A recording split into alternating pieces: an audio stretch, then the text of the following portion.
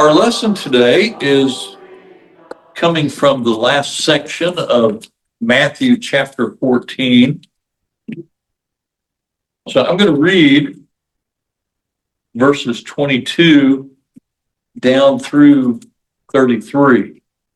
Immediately, Jesus made the disciples get into the boat and go on ahead of him to the other side while he dismissed the crowd. After he had dismissed them, he went up on a mountainside by himself to pray. But when evening came, he was there alone. But the boat was already a considerable distance from land, buffeted by the waves because the wind was against it. And during the fourth watch of the night, Jesus went out to them walking on the water. And when the disciples saw him walking on the lake, they were terrified. "It's a ghost," they said, and they cried out in fear. But Jesus immediately said to them, "Take courage. It is I. Don't be afraid." "Lord, if it's you," Peter replied, "tell me to come to you on the water." "Come," he said. Then Peter got down out of the boat, walked on the water, and came toward Jesus. But when he saw the wind, he was afraid, and he began to sink and cried out, "Lord, save me." Immediately Jesus reached out his hand, and he caught him. "You of little faith," he said, "why did you doubt?" And when they climbed into the boat, the wind died down.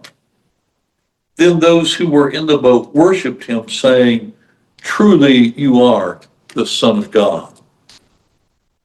When we begin looking at this episode of the miracle of Jesus walking on the water, the thing that strikes us is it's another miracle that's backed up against the previous miracle, Jesus feeding the 5,000. The interesting thing, and I don't know if you all noticed this, but in the story here, the word miracle isn't used. In the Gospel of John, when Jesus does things that are miraculous, he will use the word sign. This is another sign that the Lord performed. Some of the miracles in the Gospels, like Jesus walking on the water, the story is just told quickly and plainly. And guess what? It's not called a miracle. Not called a miracle. We assume that that's the word that we can use for it. What is interesting is that you don't have to go very far in reading this to realize we can't do this. We don't walk on the water. I saw recently a video where I guess little animals like geckos can take their feet and slap on the water, and they can go across river streams and stuff. Well, somewhere they tried to see if they could outfit people with something on their feet to run across the water like that, and they only got 2 or 3 steps and down they went. It was kind of funny. We can't walk on water. And this unusual episode, did you notice as I read the story, it's just simply told, it's a straightforward story, and there's no footnote making us aware of something like, now this is a miracle, it's unusual, we need to take a moment and think about the nature of a miracle. There's nothing like that in the scripture itself. It's just a simple, straightforward telling of the story. The other fascinating thing is to think about when we talk about discipleship in the Gospels and we want to follow Jesus, here's something we can't do. And part of discipleship is recognizing our human limitations. That yes, we want to follow Jesus, but there's things that Jesus did we can't do. This is one of them. We can't take 5 loaves and 2 fish and feed 5,000. We can't do that. We can't raise people from the dead like Jesus did. Some things only Jesus can do. But as we're trying to follow him in our journey of discipleship, there are so many wonderful lessons we can learn just from this episode of Jesus walking on the water. It's going to address the presence of fear in the disciples' life. The thing that's interesting to me is these guys in the boat, they were seasoned fishermen. But here's something that happens that strikes fear in their hearts. And so we're going to look at that. And it's also an example of what little faith looks like. 5 times in Matthew, and it's one other time recorded again in Luke, but 5 times the disciples get into situations where Jesus calls them, "O you of little faith." And yet, Jesus is still willing to work with people with little faith. And we're going to talk about what does that mean for us. And then it's interesting at the end of this story, 2 things happen. They worship Jesus and they confess, truly, you are the Son of God. And so we're going to talk about what that means. The epistle begins, or this episode begins, with a solitary prayer. Jesus had dismissed his disciples, told them, go on ahead, and he also dismisses the crowd. They've been fed, so send everybody home. And he goes up in the mountainside alone to pray.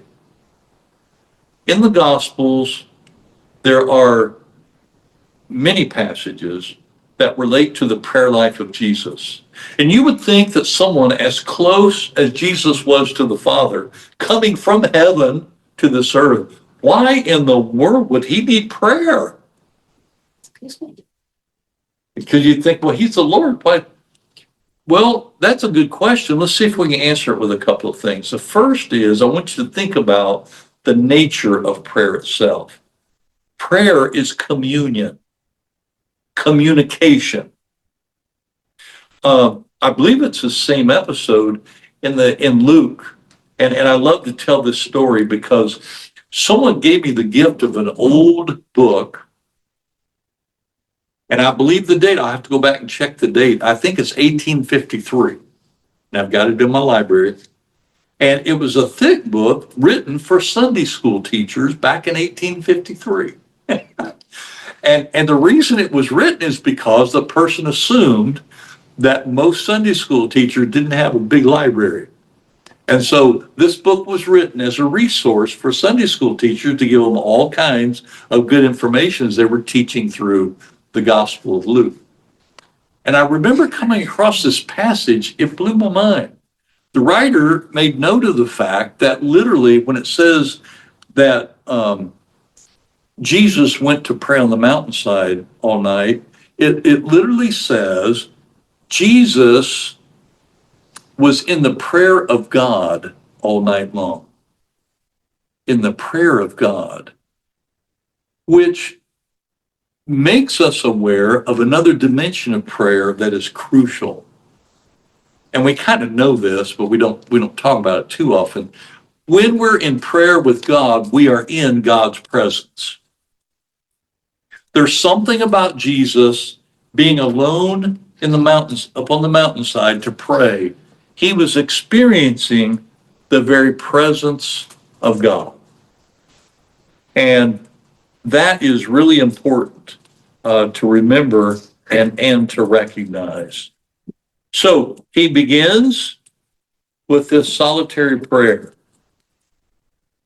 We don't know everything that he was praying about, but he's walking on the lake and strong winds come up and the waves are beating on the boat. Now, I want you to think about what this would be like. And I'm sure these guys, they've been in the boat before where wind and waves would come. However, if you've ever been in a small fishing boat when wind and waves come, it gets pretty scary. I remember one time being with a friend of mine, we were fishing for crappie. We were on the Tennessee River and a storm came up. And we're in this little flat bottom boat, and it was an aluminum boat.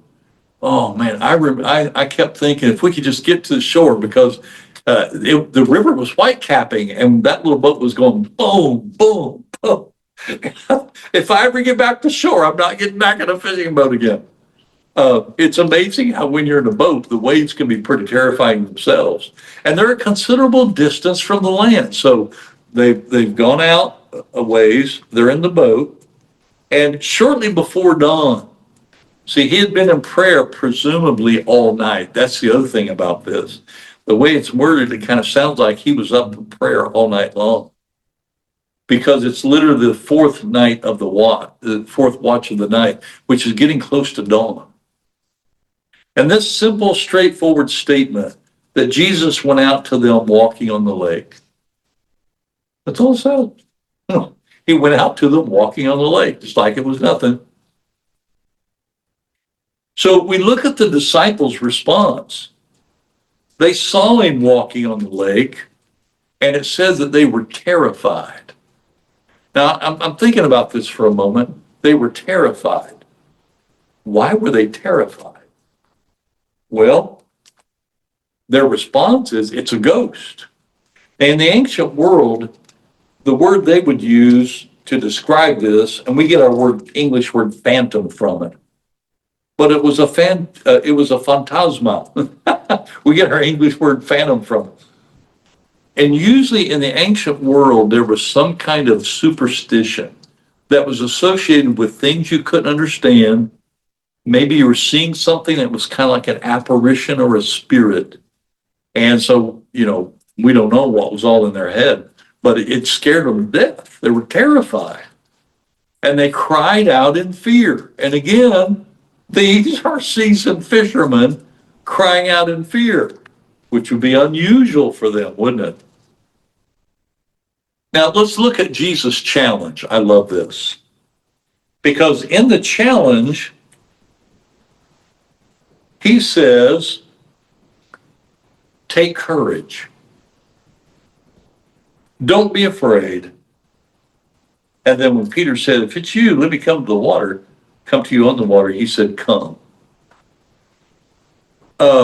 Throughout history, Christian preachers have pointed out that these three commands are essential and to the core of understanding discipleship. When you come and follow Jesus, you have to take courage. And take a lot of courage. And you go to Jesus. Secondly, don't be afraid. Have you ever noticed how many times in the New Testament, either an angel or Jesus or somebody, God on occasions, will say to disciples, don't be afraid. There's an awful lot in the world that can make us afraid if we let it. Don't be afraid. And then come. And the invitation. Discipleship is answering that invitation. Come to Jesus. What we don't know, though we may be able to see it a little bit like Peter did, we don't know how precarious that journey of coming to Jesus is. I'm just blown away that Peter's immediate response is, Lord, if it's really you, let me come to you on the water. Now, if we're not careful, we tend to give Peter a pretty hard time. Well, he sunk. The Lord had to rescue him. Yeah. But the other guys didn't get out of the boat. He was the only one that asked the Lord to let him come to him. And this is why Jesus says, oh, you of little faith. These three commands describe the process of discipleship. And notice how it revolves around Jesus' identity. He goes, it is I. And I think when Peter recognized the voice and the presence of Jesus, he's like, okay, let me come to you. And the Jesus identity, knowing who he is, coming to Jesus, that is all so crucial in the journey of discipleship. So Peter's request, well, Lord, if it's you, let me come to you on the water. Tell me to come to you on the water. So the Lord invites him. So Peter got down out of the boat and he came toward Jesus. But I want you to notice the simple actions of Peter described before all of the fear set in. Before the fear set in, he got down out of the boat. He walked on the water. It actually says, I looked at it just to make sure, he walked on the water, okay? As I was thinking about this again this week, I wonder how far he got. I wonder if it was 1 step, 2 steps. What if it was 20 steps? We don't know how far he got, but he walked on the water a little bit, didn't he? And he walked toward Jesus. He was okay until. Now, we need to look at verse 30, because at verse 30, there is a word that is so important. It's the word but. It's a little 3-letter word, but oh my, in this story, this is such a crucial word. Even the Greeks had a grammatical point to make out of this. It's not just offhanded but, it's the strongest but in the world. Where it's almost like neon signs flashing. It's like you've taken your highlighter and you've highlighted that word, underlined that word. It's flashing. What's the contrast? At first, Peter said, Lord, if it's you, let me come towards you. We'll come. So he gets out of the boat and he walks on the water and he comes to Jesus. But what happened? He took his eyes off of Jesus, didn't he? And he looked around. What did he see? Look at the wording. It's just amazing. He looked around, and when he saw the wind, he was afraid and he began to sink. Now, you might say, well, how can you see wind? Well, what that really is, it's imagery talking about how big the waves were. The wind is blowing. Look at the waves.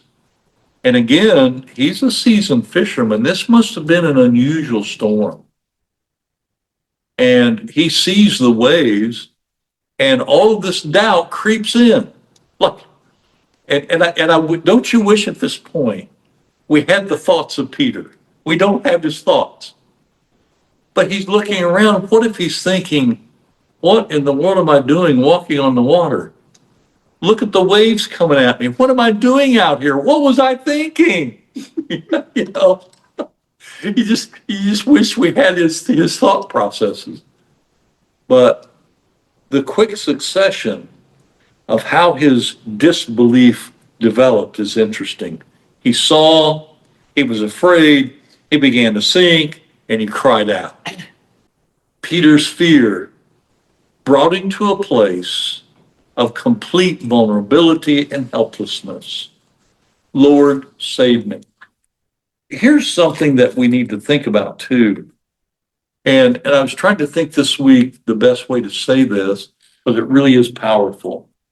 It has to do with salvation. Lord, save me. It's only when we come to our rope's end and we recognize we're on the verge of being lost. We can't help ourselves. And it's only when we cry out, Lord, save me, that the Lord reaches out to save us. We can't save ourselves. And we need to hear that more. We cannot save ourselves. Now, the way that we have presented salvation in our fellowship, we need to remember that we're talking about response. When I respond in baptism, it doesn't mean I deserve salvation at all. Unfortunately, some people will make this argument and say, well, baptism is a good work, and so therefore we don't have to do it because that means you're earning your salvation if you're baptized. Baptism is never presented that way. Practically, baptism is a response to the gift of being saved. Look at what happened. Peter is sinking. What does he do? The only thing he can do is reach out and the Lord grab his hand. What is Peter's response? He's only got one option. That is to take the Lord's hand. That's his response. Now, when I've often thought about this conversation followed up in the boat. When he gets in the boat, I don't think Peter would have said, "Boy, thank you, Lord, for saving me because I deserve that." No, had nothing to do about deserving the Lord reaching out and saving him. The Lord knew that he was fixing to drown. He was a man lost, helpless at the end of his rope, so he reaches down and pulls him out. This is a beautiful picture of salvation. Lord, save me. And discipleship begins at this moment. When I realize I can't save myself, I'm drowning in sin, I'm drowning in myself, I'm drowning in Satan's world, and the only person I can go to is say, Lord, save me. And it's this wonderful picture of salvation. Jesus' assessment is interesting. He reached out, he took his hand, and he pronounced, "O you of little faith." And this expression is used 5 times in Jesus' ministry toward his disciples. This seems to be a very important emphasis in the book of Matthew.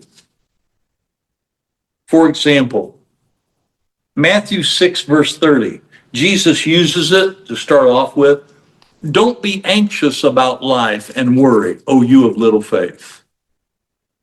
So if I'm caught up in anxiety, if I'm caught up in being worried about, am I going to have enough to eat, enough clothes to wear, all of that stuff, Jesus doesn't say no faith. He says little faith. And anxiety can take over, worry can take over a person's life so that there's little faith left. And in Matthew chapter 6, Jesus is saying, when it comes to the basics of life, don't let your life get so wrapped up in trying to figure out how you're going to get those, and that becomes the basis of anxiety and worry, because if you do, you're living a life of little faith. In Matthew 8, you may recall earlier, where Jesus calms the storm. And they're like, whoa, this has got to be the Son of God.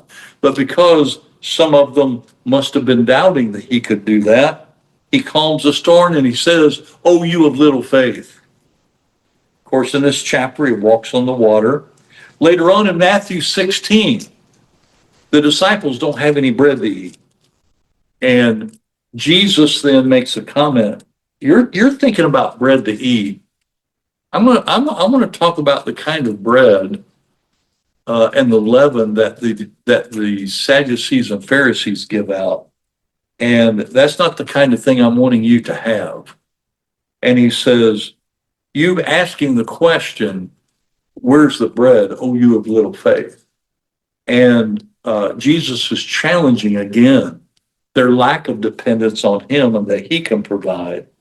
And then in Matthew 17, the last occurrence of, oh, you of little faith, the disciples came to Jesus and they were troubled because they could not cast the demon out of the little boy.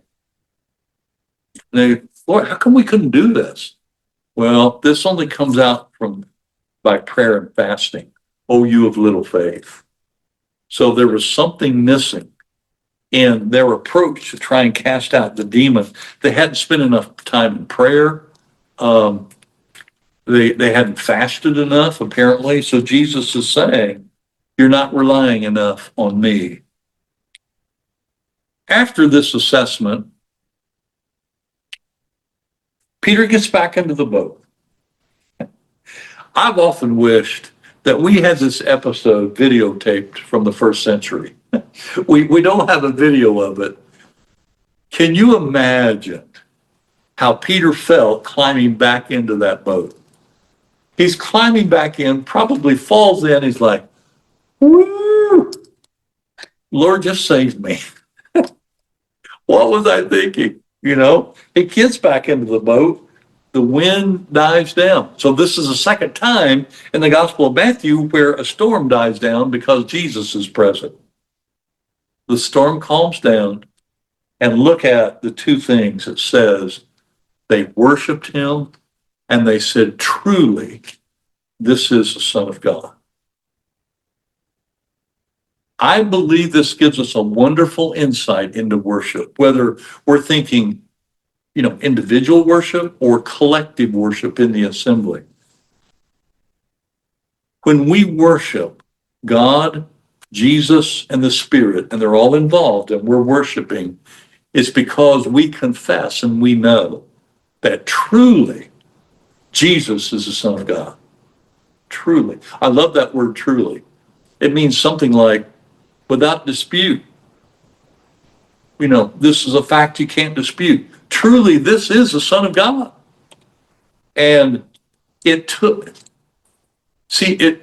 these disciples a second take at it, I guess, being in a boat where the storm is calm, for them to come to this confession and belief beyond doubt.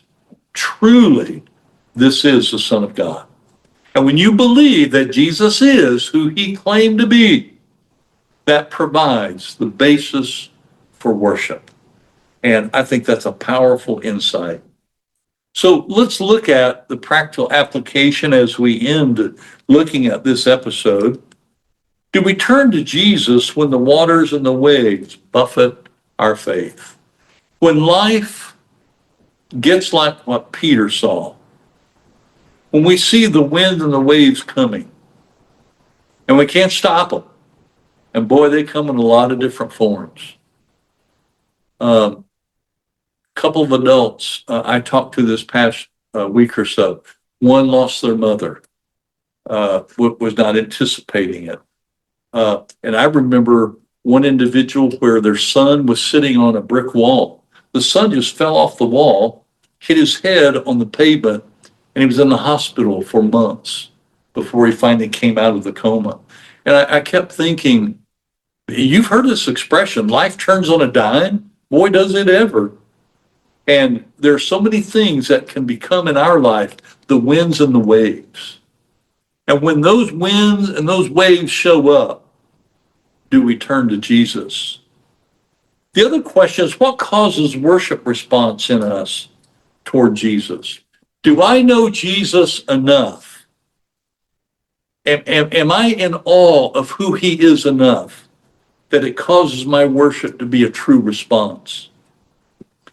The other question is, am I guilty of little faith at the moment when I need great faith? That's a struggle sometimes. And it was for the disciples. Now, the thing that I think is good news here, when I know that I'm struggling with little faith, and I'm admitting it to myself and to the Lord, he doesn't get rid of us. He doesn't say, well, okay, I'm going to put you over here on the shelf. I'm looking for people with great faith, and you're not what I'm looking for right now. No, even when we have little faith, at that moment, when we need to have great faith, Jesus is still there. And do I embrace Jesus' commands for discipleship? I did this one time. This was interesting in Matthew. At the end of the Gospel of Matthew, and we're going to really get into this when we get into what we call the Great Commission. But there's something unique here that I didn't really notice years ago. Go into all the nations, make disciples, baptize in the name of the Father, Son, and the Holy Spirit, and teaching them to obey everything I've commanded you. And I remember listening to a Bible class teacher. They made a comment, so I went, oh. I went back in the Gospel of Matthew and just started underlining all the commands of Jesus and asking the question, which one of those commands is for me? And I was amazed at the commands of Jesus. And so it raises the question for each one of us every day. Am I open to embracing Jesus' commands? What are those commands? What are they for me? Am I faithful and obedient to those commands? And then last of all, do we really know who Jesus is? What is it going to take in my life, if I've not gotten there yet, for me to step back and with awe and reverence and say, you know what? Truly, Jesus is the Son of God. Truly, he's the Son of God. And that's why I worship. And that's my attitude toward my risen Lord.